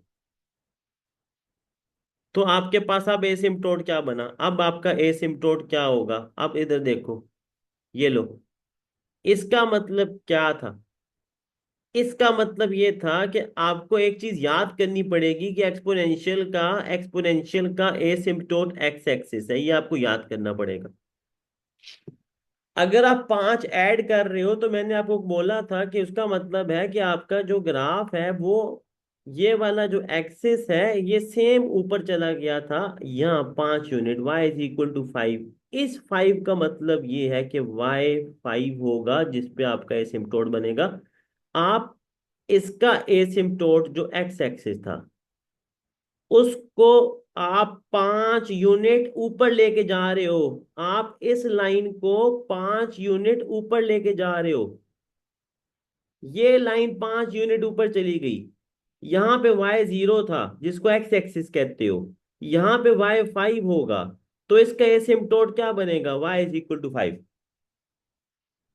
जी बोलो गुलाम मुस्तफा। ये बात कल भी मैंने एक्सप्लेन की थी, ठीक है। कल भी मैंने बताया था कि आप, क्योंकि मुझे, टू बी वेरी ऑनेस्ट, मेरी, आप क्लास के बाद चीजें रिवाइज नहीं करते। मैं सबसे बात कर रहा हूँ, किसी एक बच्चे से बात नहीं कर रहा। कम है जो रिवाइज करते हैं। कल मैंने ये बात आपको बताई कि एक्सपोनेंशियल का ग्राफ आपको याद करना है, एसिम्पटोट, एक्सपोनेंशियल के एसिम्पटोट ये होता है। मैंने कल बताया ये। और मैंने कल बताया था कि जब आप +5 करते हैं, उसका मतलब ये होता है कि आप अपने एक्स एक्सिस को, जो एसिम्पटोट था इसका, आप एक्स एक्सिस को 5 ऊपर लेके जा रहे हो। एक्स एक्सिस यहाँ पे था, एक्स एक्सिस पे वाई था 0। आप इसको 5 यूनिट ऊपर ले जाओ, ये लो। यहाँ वाई क्या हो जाएगा? 5। तो अब आपका एसिम्पटोट क्या है ये देख लो। अब एसिम्पटोट क्या है? Y is equal to 5। ठीक है। अगर यहाँ पे माइनस कर दो 5, तो आपका एसिम्पटोट नीचे आ जाएगा। ठीक है, क्लियर? मेरे बेटे लेक्चर रिवाइज कर लिया करें क्लास के बाद, हाँ? ठीक है। अगले क्वेश्चन पे आ जाए। F3। आप चुप करके, मैंने पढ़ाते जाना है, अगले आधे घंटे में पेपर खत्म करूंगा, तुम लोग देखते जाओ। F3 का मतलब है आपने x की जगह 3 पुट करना है। 15 + 2 17। प्लीज नोट करिएगा, मैंने ब्रेक नहीं लगाना अब। ठीक है, अब ब्रेक नहीं लगेगा। g(f(x) क्या है? Give your answer in this form. मेरे ख्याल में पहले क्वेश्चन ये किया हुआ है दूसरे पेपर में। g(f(x) का मतलब है g के अंदर आप f(x) की वैल्यू पुट कर दो। बेटा g की वैल्यू ये लिखी हुई है, ये आपके पास g की वैल्यू है इसकी। इसमें आपने, g में आपने x की जगह f(x) पुट कर देना है। ये पुट कर देना है x की जगह। तो नेक्स्ट स्टेप में मैं ये करूँ, 5x + 2, ये लो। ये मैंने x की जगह मैंने f(x) पुट कर दिया, ये पुट कर दिया। बस आगे आपने इसको एक्सपेंड कर लेना है। ये आइडेंटिटी है a + b² a² +2ab +b² -5 last में मौजूद था। ठीक है, a² plus 2ab plus b² -5। आगे आपने इसको सिंप्लीफाई करना है। 25x² plus 2 × 2 4 × 5। बेटा ये 20x हो जाएगा, प्लस बेटा 5x² क्या होता है? 25x²। ठीक है, ये 5x एंड पे नहीं आएगा, एंड पे तो 2 आएगा ना। हाँ, इसको ठीक कर लो। ये हो जाएगा 4 - 5। फाइनल आंसर क्या होगा? 25x² plus 20x - 1। Please note it down. हाँ जी, नोट कर लो। मैंने आइडेंटिटी लगाई है, a+b² a² 2ab + b²। This is 25x²। 20x यहाँ से आया, 5 × 2 10 × 2 20। और बेटा 2 का स्क्वायर 4। 4 - 5 - 1 होता है। ठीक है, नेक्स्ट पे चलो। आपके क्वेश्चन में लूंगा एंड पे। नेक्स्ट पे आ जाओ। Solve 3/h(f(x) is equal to -1। h(f(x), where is h(f(x)? चलो h(f(x) निकाल लो पहले। h(f(x), h की वैल्यू किधर है? h की वैल्यू ये है, इसको नीचे लिखो 7 - x।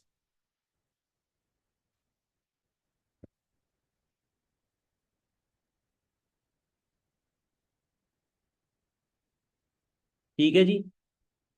h की वैल्यू क्या थी? ये आपके पास वैल्यू थी h(x) की। यहाँ लिखो h(x) की वैल्यू। ये h(x) की वैल्यू है। इसमें x की जगह f(x) पुट कर दो।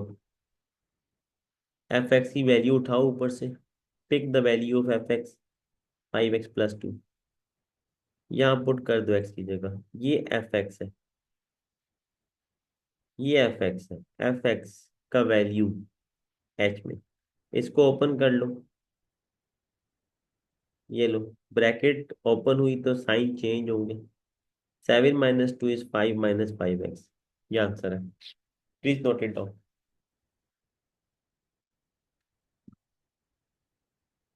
अभी इसको मैंने करना है आगे, एक स्टेप है। अब वो कहता है इसमें लेके आओ वैल्यूज की। वो कहता है 3/h(f(x), जो ये है 5 - 5x is equal to -1। Question तो ये था ना, value of h(f(x) is equal to -1। बेटा इसको यहाँ मल्टीप्लाई कर दो। 3 इज इक्वल टू, बेटे आप मल्टीप्लाई करो 5 को -1 से, ये हो जाएगा -5। बेटे -5 × -1, ये हो जाएगा +5x। ठीक है, इस -5 को यहाँ ले आओ, ये 8 हो जाएगा। और x क्या हो जाएगा? 8/5। Please note it down.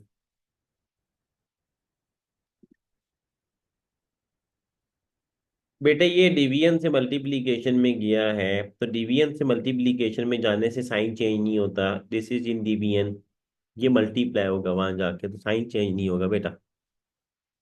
Next please.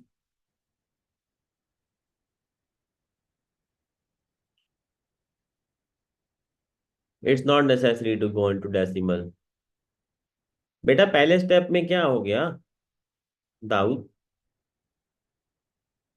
ये देखो बेटे, -1 मल्टीप्लाई, साइन किसने चेंज करना है दाऊद? 11 में आ गए हो तुम, हैं टॉपर हो अपने सेक्शन के तुम। ठीक है बेटा, ये यहाँ डिवाइड हो रहा है, वहां जाके मल्टीप्लाई होगा। साइन कब चेंज होता है बेटा, मुझे ये बताओ। हाँ बेटा, जब आप डिवीजन से मल्टीप्लीकेशन में जाते हैं तो साइन चेंज करते हैं बेटा। हैं? जी पूछो। नहीं सर, ये हिस्सा नहीं पूछ रहा मैं, वो पूछ रहा हूँ वो जो आपने लेफ्ट साइड पे जो किया हुआ है। क्या 7 - 5x + 2, तो सर ये हाँ, ब्रैकेट खुलेगा +5x नहीं हो जाएगा? बेटा ये तो पहले ही प्लस था, तो बाहर माइनस से मल्टीप्लाई होके माइनस नहीं होगा। Okay sir. कोई बात नहीं दाऊद, इधर देखो। This is a vector question. Okay, OA is 2F, OB is 2G, X is a point। X कहाँ पे है जी? AB के ऊपर है। अब ये देखो x is a point on A B के ऊपर है, ये ए बी है, such that A x ratio x B is this. पहले ए बी प्लॉट करो, ये ए बी आ गया, this is A B. Okay, अब वो कहता है x is a point, A x आपके पास 3 है, ये x है, दिस इज x।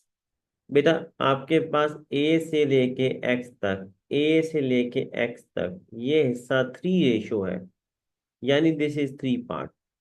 बेटे x से लेके b तक, x से लेके b तक ये ये एक रेशो है, the first step.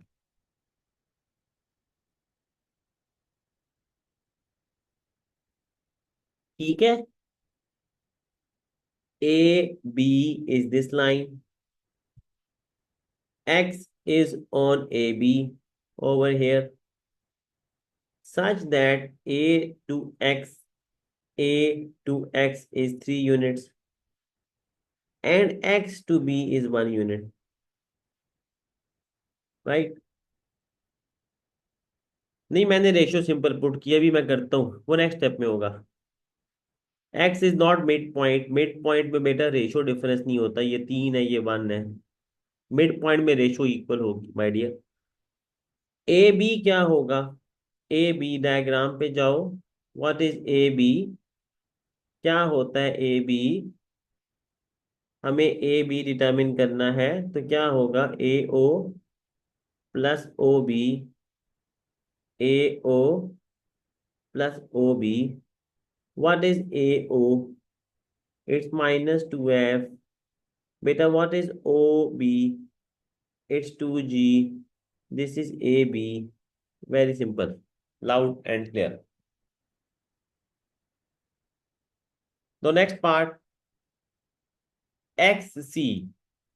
I want to know XC. This is my target. XC. Make a line. यहाँ लिखो XC. Well, that is equal to XB plus BC. Now, what is XB? XB is 1 out of 4 as a fraction. I am writing it. This is one part of the line AB. The total parts are 1 plus 3. आप नीचे हमेशा total parts लिखते हैं, तो आपका XB 1/4 है fraction AB का plus BC। Again, I am repeating, XB is basically one part out of total parts which are 4, 3 plus 1. और ये 4 parts आपके AB के हैं, so it is one part out of 4 parts of AB. BC is not unknown, अभी भी ये बात ना करें प्लीज, OA और BC सेम होता है, दोनों पैरेलल हैं, BC is 2F. Similarly, this one and this one are equal, ये भी 2G होगा। ऑपोजिट साइड इक्वल कर लो ना, पैरेललोग्राम है, ये इसके इक्वल होता है, ये इसके इक्वल होता है। I have written it, हाँ, I thought you know it. Now that is equal to 1/4. What is AB? ये लिखा हुआ है AB का आंसर। बेटा AB का आंसर यहाँ पुट कर दो, क्या मसला है इसमें, AB का रिजल्ट यहाँ पुट कर लो, यूज कर लो, यहाँ इसलिए निकाला था ना यार, ये लो, plus BC। What is BC? 2F। What is the problem in this question?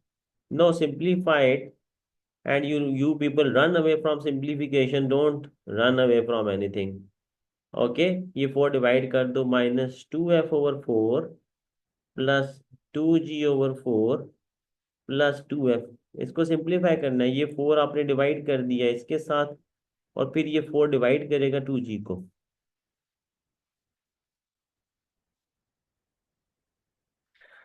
बेटे आप लिख लो 2G की वैल्यू, सारियान, ठीक है। अब बेटे आप आपके पास ये और ये लाइक टर्म है, दोनों F है, इनको आप साथ में ला लो, लाइक टर्म को इकट्ठा करते होते हैं।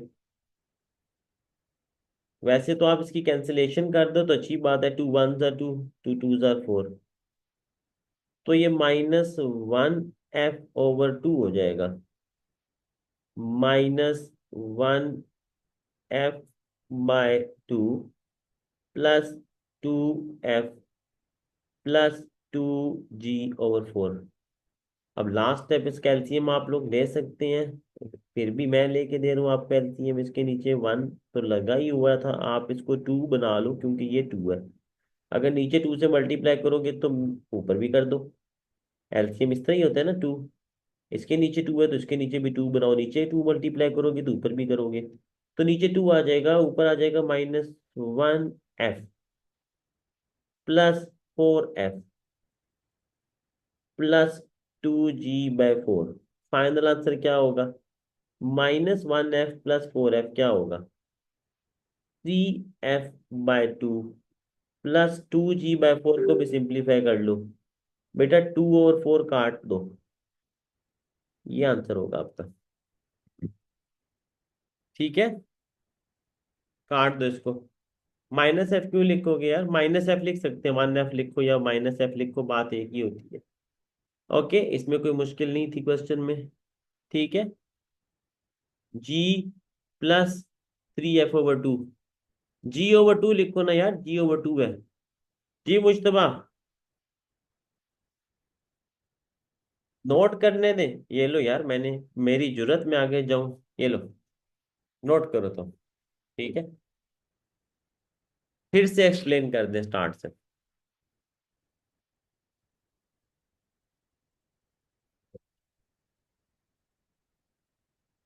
बोर्ड पे देखें, one more time, just because you people struggle in vectors.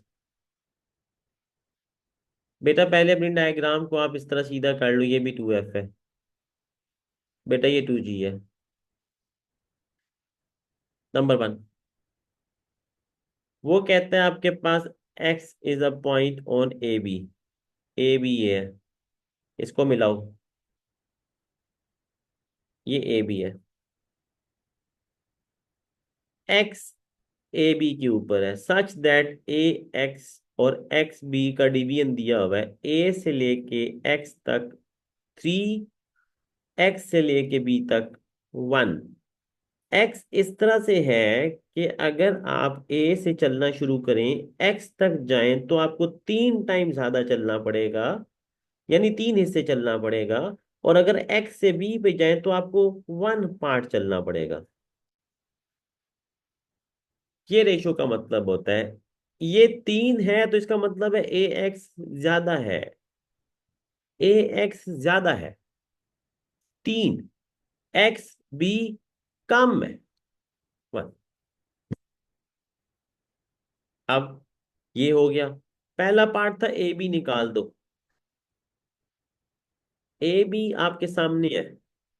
आप क्या करोगे, ए से लेके ओ पे जाओगे, चले गए, और ओ से फिर बी पे चले जाओ। आपको ए बी फाइंड करना था, आप पहले ए से ओ पे पहुंचे, ओ से बी पे पहुंचे। बेटा ए से ओ आप उल्टी डायरेक्शन में जा रहे हो, ये -2 f होगा। बेटा ओ से बी 2 g होगा, ये आ गया A B, this is A B.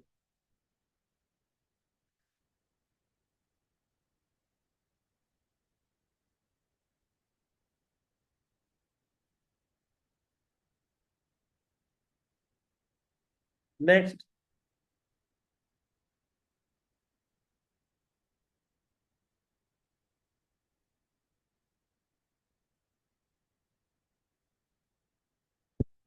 Next पे आ जाए, ए बी आ गया, एक्स सी निकालो, ये निकालो एक्स सी, एक्स सी। अब आपके पास जो एक्स सी है वो आपके सामने है, एक्स से बी पे जाओ और बी से सी पे चले जाओ, यहाँ लिखो।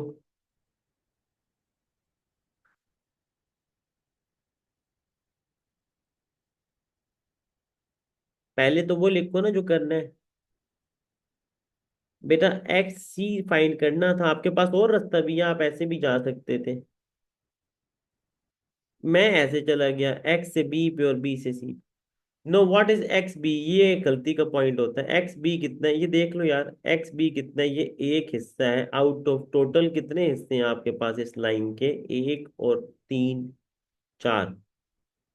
मैंने आपको बोला था फ्रैक्शन लिखना सीखें। X B is one out of four of what, of which line, A B.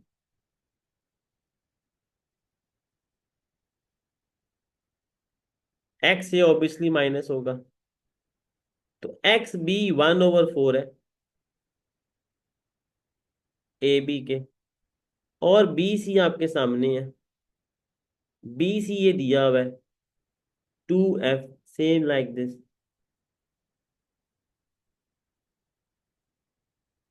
This is one over four, what is A B, ये ए बी लिखा हुआ है, -2f + 2g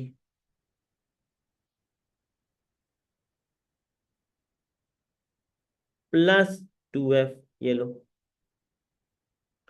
इसको सिंप्लीफाई करना है आपने, सिंप्लीफिकेशन कर लो। ये 4 डिवाइड करेगा इसको भी और इसको भी, दोनों के नीचे आएगा ना, बाहर है।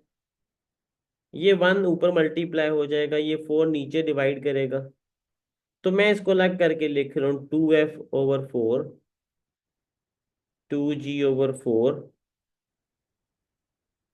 इसको सिंप्लीफाई कर लो बस, ये 2f और ये इनको कंबाइन कर लो। बेटा 2 और 4 काट दो, -1/2f +2f +2g/4। इसका final answer after taking LCM होगा 3/2f +1/2g। नोट करें, ये 2 और 4 काट देना तो 1/2 आ जाएगा, और यहाँ पे एलसीएम ले लीजिएगा प्लीज। ठीक है।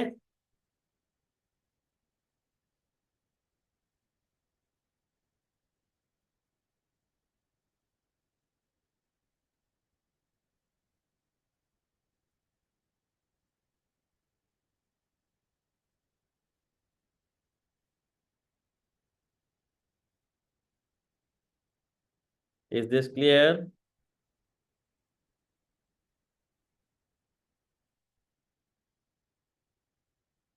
ओके जी, नेक्स्ट पे आ जाओ।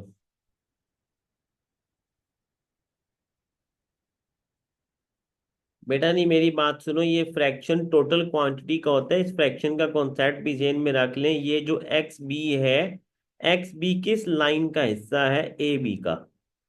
आप ये जेन में रखें कि एक्स बी जो है वो एक हिस्सा है किस लाइन का, ए बी का। ए बी के टोटल हिस्से कितनी है, 1 + 3 4। तो बेटा x B is a fraction of A B, understand the concept. ये आपका ए बी था, इसमें इतना सारा हिस्सा मैंने एक्स बी को कर दिया, तो x B is a fraction of A B. ये एक हिस्सा है आउट ऑफ टोटल हिस्से 1/4 ऑफ ए बी। ठीक है।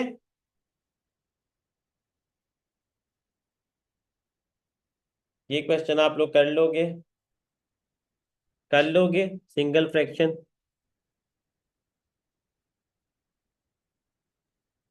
बट वाई वी 1/4 BC, मैंने 1/4 BC तो नहीं किया बेटे, मैंने तो ए बी किया। 1/4 BC किधर किया मेरा बेटा, 1/4 BC नहीं किया मैंने। मैंने वन ये एक्स, बेटा मेरी बात सुनो, फ्रैक्शन का कॉन्सेप्ट क्या होता है इस बात को समझ लो यार। ये देखो, ये एक लाइन है, इसके 4 हिस्से करो, 1 2 3 4। ये लाइन है ए बी। मैं कहता हूं मुझे ये हिस्सा चाहिए। अब मैं कितने हिस्से ले रहा हूं, मैं एक हिस्सा ले रहा हूं 4 में से, किसका, ए बी का। ये ग्रीन वाला है, ऐसे लिखते हो इसको, ये कॉन्सेप्ट है। I am taking one part out of total four parts of A B. बेटा सिंप्लीफिकेशन खुद करनी है, मुझे करके भेजो। ये खुद करनी है। उसकी रीजन मैं बताऊं? उसकी रीजन ये नहीं है कि मैं करना नहीं चाह रहा, उसकी रीजन ये मैं चाहता हूं आप करो। आप इसको करो 1 time, 2 time, 5 time, 10 time, 15 time, 20 time, जब तक आपका आंसर ये नहीं आ जाता, क्योंकि जब तक आप नहीं करोगे मेरा बेटा समझ नहीं आएगा आपको। ये आपको आना चाहिए, आना चाहिए। मैं कोई गलत बात नहीं कर रहा, इसके नीचे वन लगाएं। वन तो होता ही है मेरे बेटे। आप जब भी, ये एफ है ये एफ है, दोनों सेम है बेटा, एलसीएम लेना। ये टू, ये वन, बेटा दोनों को सेम करो। ये सिंपल सी बात है, आपने इसको भी टू से मल्टीप्लाई किया, इसको भी। ये लो एलसीएम लेके आपने इसको करना है, मैंने आपको रास्ता दिखा दिया है, ये लो। आगे आप खुद इससे लड़ते झगड़ते रहना। ये लो, मैंने आपको यहाँ तक पहुंचा दी है। इससे आगे एक स्टेप है, -1 + 2f। ये लो, ये आपने खुद करना है यार। मेरी बात सुनो, मेरी बात सुनो आप प्लीज। मैं आपको एक कोई बात बताऊं, आपके फायदे की बात है। खुद करें थोड़ा बहुत काम। अगर आप खुद नहीं करोगे तो आप पेपर में नहीं कर सकते। मैंने आपको बता दिया एलसीएम। एलसीएम लिया, ये टू था ये वन था, इसको टू से मल्टीप्लाई करो। जब भी एलसीएम लेते हैं, जब दो टर्म्स फ्रैक्शन ऐड या माइनस हो रही हो, इसके नीचे टू हो, इसके नीचे वन हो, इसको टू करो ताकि ये सेम हो। इसको टू करोगे तो ऊपर भी टू से मल्टीप्लाई करोगे, एलसीएम लेना बस। ठीक है, लेकिन इसको 5, 10, 15, 20 दफा करो। मैंने आपको सिंप्लीफाई करके दे दिया है। -1 + 4 कितना होता है? 3f/2। ये लो, +1/2 जी, ये आंसर था आपका। ओके, ठीक है बेटा। Is this clear? 3x - 1 x + 2। अब ये देखो, ये भी एलसीएम है, ये माइनस हो रहा है। अब ये नंबर सेम मैं कर नहीं सकता, ये मैं नहीं सेम कर सकता। This is something different, this is something different. So इन दोनों को आप नीचे एलसीएम में लो, क्रॉस मल्टीप्लाई कर दो। 4 × x + 2 -5 × 3x - 1।